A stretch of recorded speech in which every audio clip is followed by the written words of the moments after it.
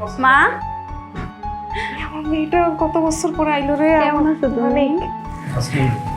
ওয়ালাইকুম আসসালাম। তুই ভিতরে যা আর ওকে চলে যেতে বল। মা তুমি এসব কি বলতেছো? তোমাদের জামাই চলে যাবে মানে? তুমি বুঝতেছো না? শোনো, তুমি এই বাসায় থাকবা আর উনি যেখান থেকে এসেছে ওইখানে পাঠিয়ে দাও।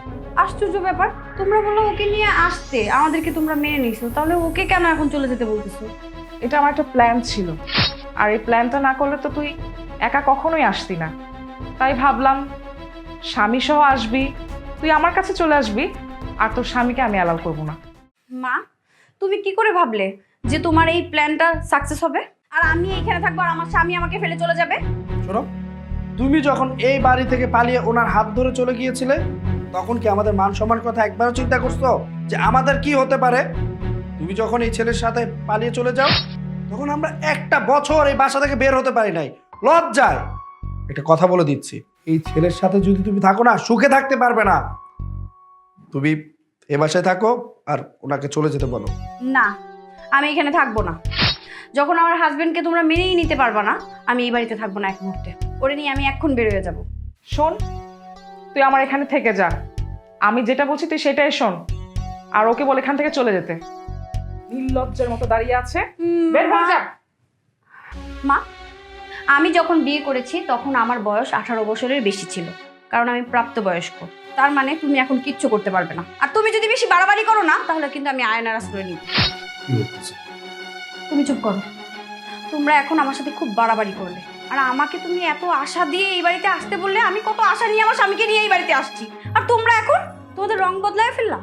শোন, এখানে প্রাপ্তবয়স্ক আর অপ্রাপ্তবয়স্কর কোনো কথা না। ওর স্ট্যাটাসের সাথে আমাদের স্ট্যাটাস যায় না। ও একটা ফকিন্নির ছেলে। তুই না বুঝে শুনে আসলে গোবরের পদ্ম ফুল পড়ে থাকলে কি সেটাকে কুড়ে নিতে হয়? তোকে আমি কি শিক্ষা দিছিলাম? তোকে না আমি যে মেরে কুচি কুচি করি নাই, এটাই তোর ভাগ্য। তুই আমার কাছেই থাকবি, আর যত আইনি ব্যবস্থা থাকে আমি সব প্রয়োগ করে এই ছেলে থেকে তোকে আলাদা করে আমি তোকে ধুমধাম করে বড় লোকের কোনো ছেলের সাথে বিয়ে দিব। কেন আপু, তুমি বুঝতেছো না? তুমি যখন ওনার হাত ধরে এই বাসা থেকে পালিয়ে যাও তখন আমাদের দিকে একটাবার তাকাইছো? আমাদের মান সম্মানের কথা একটাবার চিন্তা করছো? হ্যাঁ, শোনো, একটা কথা বলে দিচ্ছি, ওনার সাথে আমাদের যায় না। সো ওনাকে এখান থেকে চলে যেতে বলো আর তুমি এখানে থাকো। শোন, তুই যখন ওই ছেলের হাত ধরে পালিয়ে চলে গেছিস তখন আমার সমাজে মান সম্মান সবকিছু নেমে গেছে, সব চলে গেছে। আমি মুখ দেখাইতে পারি না কাউকে। কিন্তু আমি ভেবেছি আমার সন্তান যতই ভুল করুক, সন্তান তো সন্তানই। তুই ওর হাতটা ছেড়ে আমার কাছে চলে আয় মা, তোকে আমি 1 মাসের মধ্যে ধুমধাম করে বিয়ে দিয়ে দিব। আমার যত টাকা খরচ হোক আমি খরচ করব তোর জন্য। মা চলে আয়, ওই ফকিনীর সাথে তুই থাকিস না, তোর জীবনটা একদম ধ্বংস হয়ে যাবে। চলে আয় মা। চুপ করো মা। মার সাথে এভাবে কথা বললাম। আম্মা, হ্যাঁ, আমরা যখন বিয়ে করি তখন আমার কিছুই ছিল না, কারণ সবে মাত্র পাশ করে বের হয়েছি। ঠিক সেই মুহূর্তে আমরা দুজন দুজনকে বিয়ে করি। কিন্তু আমি এখন একটা ভালো জব করি, যা স্যালারি পাই তাতে আমাদের দুজনের অনেক ভালোভাবে চলে, এবং কোম্পানি থেকে আমাদের গাড়ি বাড়ি সব কিছুই দিছে।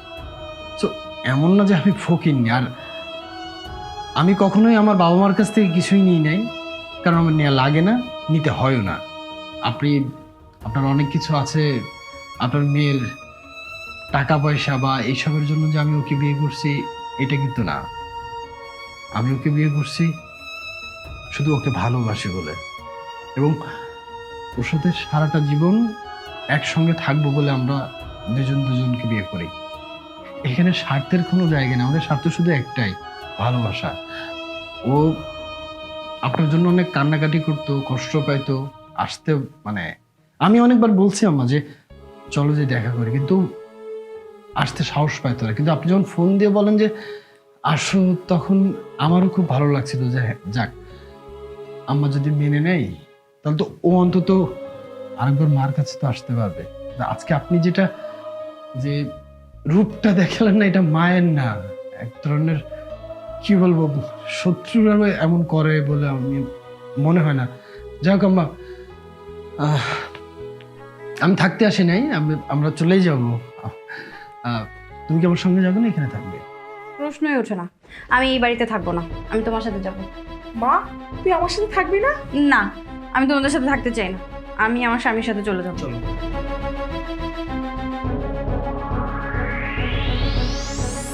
কি এবার শিক্ষা হলো তো? হ্যাঁ, দেখেছো, আমি আগেই জানতাম তোমার এই মেয়ে কোনোদিন ভালো হবে না। শোনো, এই যে ছোট একটা মেয়ে আছে না, ওকে দেখে রাখো, ভালো এও দেখবা একদিন ফুরুতকে উড়ে গেছে, বুঝছো?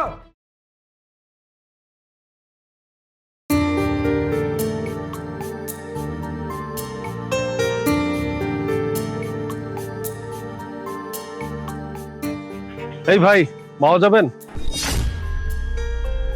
না ভাই, যাবো না। যাবেন না মানে?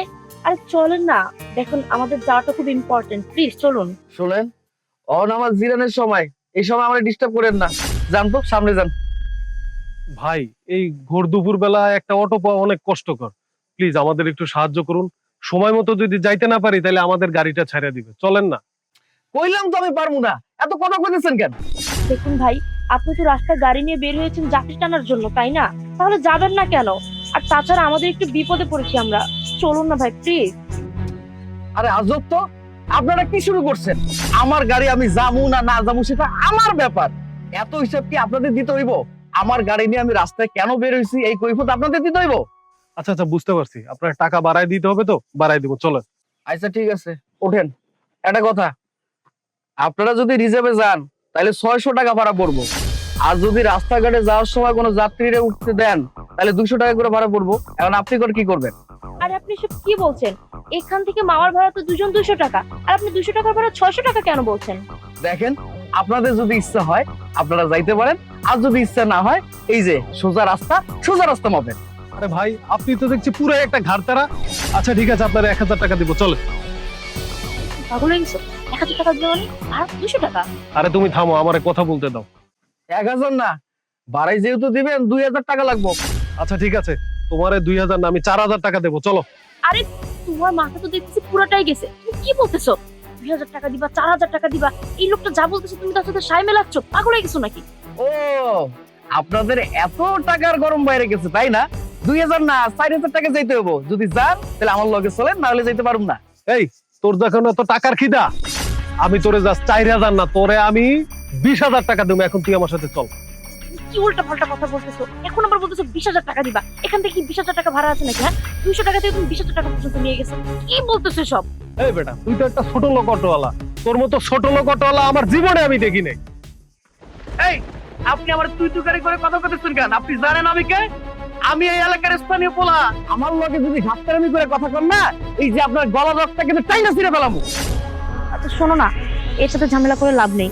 এদিকের স্থানীয় ছেলে পেলে, চলো আমরা চলে যাই, না হলে আমার সাথে ঝামেলা করবে। তুমি থামো, আমি ব্যাপারটা দেখতেছি। তোর যেহেতু এত টাকার খিদা, আচ্ছা ঠিক আছে চল, তোরে আমি 20000 না, তোরে আমি 50000 টাকা দেবো, তুই আমার সাথে চল।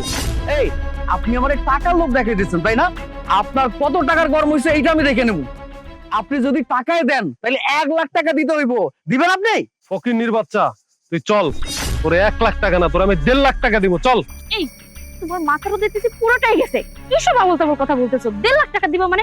এখান থেকে এখানে ভাড়া কি 1.5 লাখ টাকা? হ্যাঁ শুনেন, আপনি কিন্তু লিমিট ছাড়িয়ে যাইতেছেন। আপনি আমার ফকিন্নির বাচ্চা কইছেন।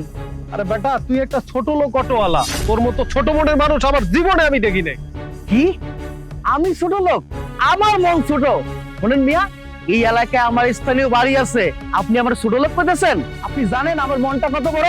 হ্যাঁ, তোর মন অনেক বড়, তাইতে তুই 200 টাকার ভাড়া 600 টাকা চাইতেছস। আর তুই তো অটো চালাইতেছস বেটা, তুই তো দিনে দুপুরে ডাকাতি করতেছস। আমার মন বড় কিনা আমার সুন্দরভাবে কথা কয়ে দেখেন না, যে আমি কি করি আপনার জন্য। 1.5 লাখ টাকা কেন? আপনি যদি আমার এখন 500 টাকা, সেটা দরকার নাই, আমি আপনার 200 টাকা দিয়ে ন্যায্য ভাড়া দিয়ে ন্যায্য জায়গায় পৌঁছে দেব। আচ্ছা আমার সোনা ভাই, আপনি অনেক ভালো মানুষ, দয়া কইরা আমাদের একটু সাহায্য করেন, একটু পৌঁছে দেন। আপনার মতো ভালো মানুষ আমি দুনিয়াতে দেখি নাই ভাই। আচ্ছা ঠিক আছে, আপনারা অটোতে বসেন, আমি আপনাদের পঙ্কিরাজের মতো দিয়ে আসবো। বসেন।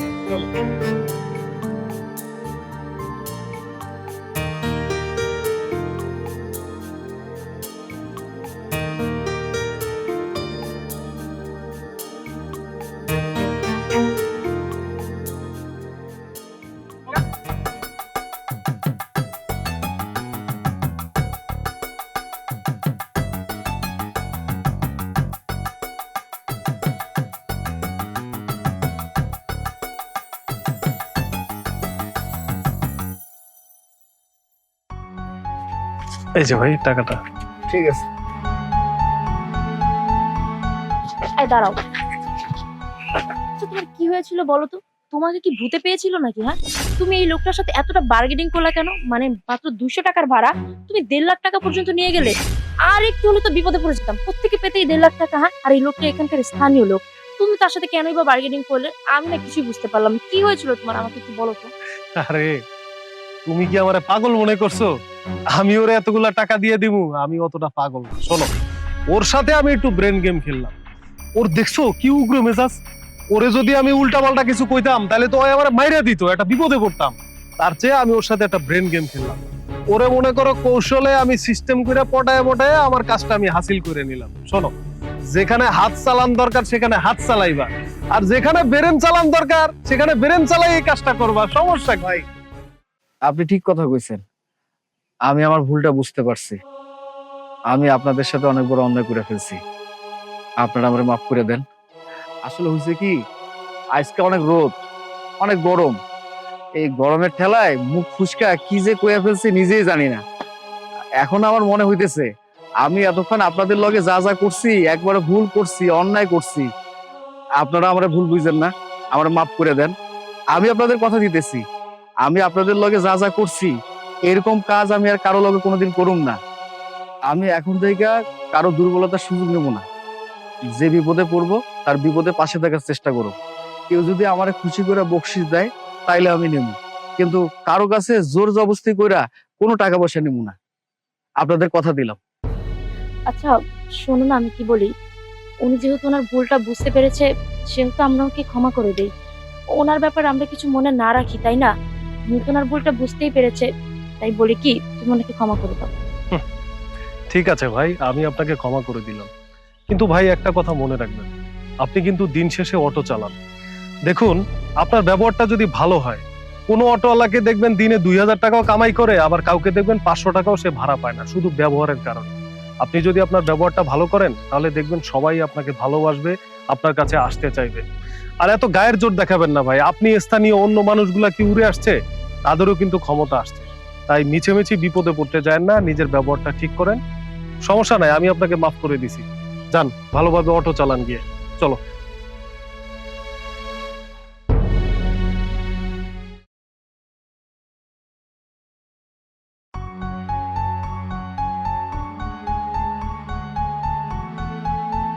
ভাই এই দাঁড়া দাঁড়া, এনে এই পেঁপেটা লয়ে যা। ভাইয়া ঢাকায় পেঁপে আছে, লাগবে না, তুমি রেখে দাও। আরে ঢাকার পেঁপে তো ওষুধ দিয়া পেঁপে, এটা আমগো গাছের পেঁপে, এটা নিয়ে যা, খুব মিষ্টি পেঁপে। না না ভাইয়া, পেঁপে লাগবে না, এটা তুমি রেখে দাও। আরে কি কথা, আমি তো খাই, পাকলে খাই, তুই তো আর খাইতে পারস না। কতদিন পরে আইসস, তুই এটি নিয়ে যা, পাকলে খাই, খুব মিষ্টি রে ভাই।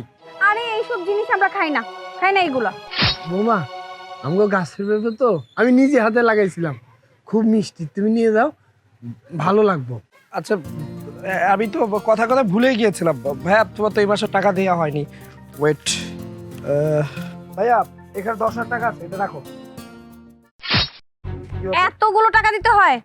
এই যে এই 1000 টাকা রাখুন, এটা সারা মাস চলবে না এটা দিয়ে। এইটা তুমি কি করলে? এটা আমি কি করলাম মানে, এতগুলো টাকা লাগে গ্রামের মানুষের, এই 1000 টাকা দিয়েই সে সারা মাস চলতে পারবে। আর শোনাও, আমি সামনে গেলাম, তুমি আসো। ভাইয়া তুমি কিছু মনে করো না, বুঝছো? ও একটু ছোট মানুষ তো, ঢাকা শহর বড় হয়েছে, এই যে টাকাটা নিয়ে গেল, মাইন্ড করো না। শোনো, আমার কাছে না আর কোনো টাকা নাই, তুমি আপাতত এই 1000 টাকাই রাখো, আর আমি ঢাকা যাওয়ার পর তোকে টাকা পাঠাই দিচ্ছি, কেমন? পাগল, বৌমা তো ঠিকই কইছে, এত টাকা লাগে নাকি আমগো? আমি একা মানুষ, আমি টাকা কি করব? এটা খেতেতে যা আসে এতে আমার হয়ে যায়। শোন, লাউ বিক্রি করে যে টাকা হয় সে টাকা দিয়ে আমার সারাদিন সারা মাস চলে যায়, কোনো অসুবিধা নেই। আর ঘরে তো ধান আছে, শোন এই টাকাটা তুই নিয়ে যা। তো না রাখ, রাস্তায় যাবি, খরচ আছে না পাগল। এই নে ল, পেঁপেটা ল, এই হাতে করে কি লওয়া যায়? তুই দাঁড়া, এটা এমনি নেবে কি করে, আমি একটা প্যাকেট নিয়ে আসি দিই।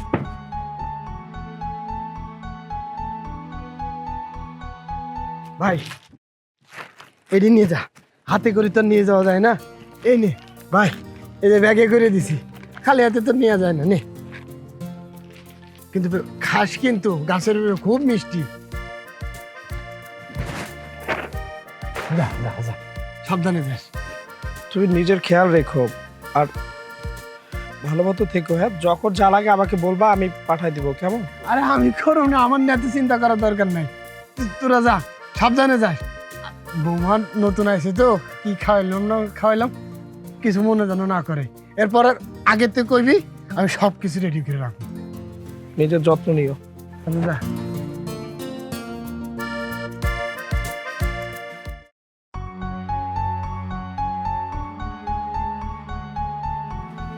কি ব্যাপার, তুমি হাতে করে এটা কি নিয়ে আসছো?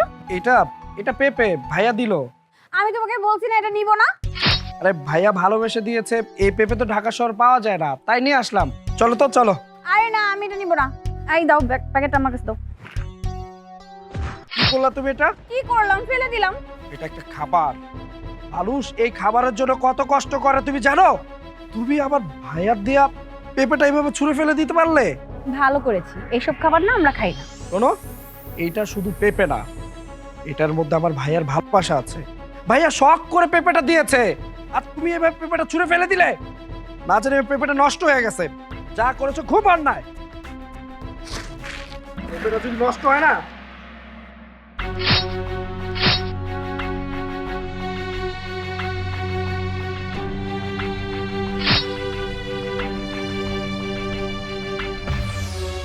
ভাইয়া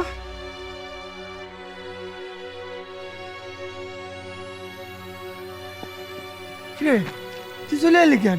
ভাইয়া তুমি এতগুলো টাকা কোথায় পেলে? আরে এই টাকা তো তোর লাগে আমি গুছাইছি। ওই যে আমাকে ক্ষেতের যে ফসল হয় ওইটা আমি বেশি, তো আমার তো সব খরচ হয় না, তো আমি একটু তোর জন্য রাখছি। তুই নতুন বিয়ে করছস, ব্যবসা করবি কইলি, এইসবের কারণে আমি টাকাটা গুছাইছি। বেশি টাকা পারি না রে ভাই, ওই 1 লাখ টাকা আছে। না না ভাই, আমার কোনো টাকা লাগবে না, আমার আছে। দেখো, এই টাকা তুমি তোমার কাছে রেখে দাও। এই পাগল, আব্বা থাকলে কি করতো না? হ্যাঁ, ছোটকাল থেকে তো আমি তোরে দেখাশুনো করছি, পড়াশুনো করাইছি, সবই করেছি। তুই কত বিদ্যান হয়েছ, আর তোর টাকা লাগবে আর আমি এটা বুঝাবো না? তুই এটা কোনো কথা কইলি? হ্যাঁ, আমি বড় ভাই, আমার একটা দায়িত্ব আছে না? পাগল, নে নে নে। হ্যাঁ দেখো, আমার কোনো টাকা পয়সা লাগবে না, তোমার প্রয়োজন হতে পারে, তুমি রেখে দাও। অনেক কষ্ট করেছো তুমি আমার জন্য, আমি তোমার জন্য কিছুই করতে পারিনি। সে ছোটবেলা থেকে আমার মানুষ করেছো, লেখাপড়া শিখিয়েছো, আমি এই ঋণটাই শোধ করতে পারবো না। এই টাকাটা তুমি রেখে দাও, কাজে লাগবে। আর আমার না তো চিন্তা করার দরকার নেই, আমি খুব ভালো আছি। তুই ভালো থাকলেই আমি ভালো থাকি। আর শোন, বৌমা কিন্তু খুব ভালো। বৌমা শহরের মানুষ তো, এই জায়গায় এসে অনেক কষ্ট হয়েছে, খাওন দাওন কি করব না করব। তুই আর যাই আর কিন্তু বৌমার কিন্তু কিছু কইস না। ও বৌমা শোনো, আমি তোমার জন্য তো কিছু করতে পারি নাই, এরপরে যখন তোমরা আইবা এটা আগে থেকে জানাইবা। তোমার পছন্দ মতো আমি সব কিছু ব্যবস্থা করে রাখো। হ্যাঁ বৌমা, তুমি এই টাকাটা রাখো, ও তো নিব না। ও না না না। কি কি বুঝতে পারলা? যে ভাইটাকে তুমি দিনের পর দিন অপমান করেছো, হ্যাঁ, আর সেই ভাইটা আজকে তোমাকে এতগুলো টাকা সাধতেছে। দেখো, কিছু শিখো। একেই বলে না গ্রামের মানুষ। শহর থেকে কি শিখেছো? হ্যাঁ, আবার মনে হয় না তোমার ফ্যামিলি থেকে তোমাকে কোনো শিক্ষা দিয়েছে? এই যে এই মানুষটাকে দেখো, সে ছোটবেলা থেকে আমাকে মানুষ করেছে, লেখাপড়া শিখিয়েছে, মানুষের মতো মানুষ তৈরি করেছে। আর সেই ভাইটাকে তুমি কষ্ট দিয়েছো, যা ইচ্ছা তাই বলেছো, কিচ্ছু বলে নাই। এই কি কি কইতাছিস তুই? ও মামা, মামা এসব কিছু করতে হবে না। সে মামা, তোমরা ভালো থাকো, তোমরা ভালো থাকলে তো আমি ভালো থাকি। তোমরা সুখী হও মা। না না না। ভাইয়া, আবির তো ঠিকই বলেছে, আমি তো অন্যায় করেছি। আপনার মতো একটা ভাইকে আমি কত অপমান অপদস্থ করেছি, কত ছোট করে কথা বলেছি। আমার আসলে এগুলো বলা ঠিক হয়নি। আপনাকে এরকম ছোট ভাবাটা আমার উচিত হয়নি। যত যাই হোক, আপনি তো ওর বড় ভাই, ওই সম্মানটুকু তো আমার দেওয়া উচিত ছিল। আমি অনেক বড় অপরাধী ভাই, আপনি আমাকে ক্ষমা করে দিবেন। তুমি তো আমার বোনের মতো, ছোট বোন। আমার বোন থাকলে কি কইতো না? আমি কি সেটা কিছু মনে করতাম? পাগল। বোমা, বড় ভাই হিসাবে দিতাছি, তুমি এটা রাখো। ভাইয়া, এই টাকাটা আপনিই রাখেন না। না না, আমাকে লাগবো, আমার আছে সমর্থ, তুমি রাখো, লাগবো তো আমাকে। বড় ভাই মাথার উপরে বটবৃক্ষের ছায়া, যার নাই সেই বোঝে এই কষ্টটা। যারা এই মূল্যবান সম্পদ পেয়েও অবহেলায় নষ্ট করে, তার চেয়ে পোড়া কপাইলা আর কেউ হতে পারে না। বন্ধুরা, আমাদের এই গল্পটি তোমাদের কেমন লাগলো তা কমেন্টে জানাও। ভালো লাগলে অবশ্যই একটা শেয়ার করতে ভুলবা না। নিত্য নতুন ভিডিও পেতে পেজটি ফলো দিয়ে রাখো এবং আমাদের ইউটিউব চ্যানেলটি সাবস্ক্রাইব করতে ভুলবে না। ধন্যবাদ। আল্লাহ হাফেজ।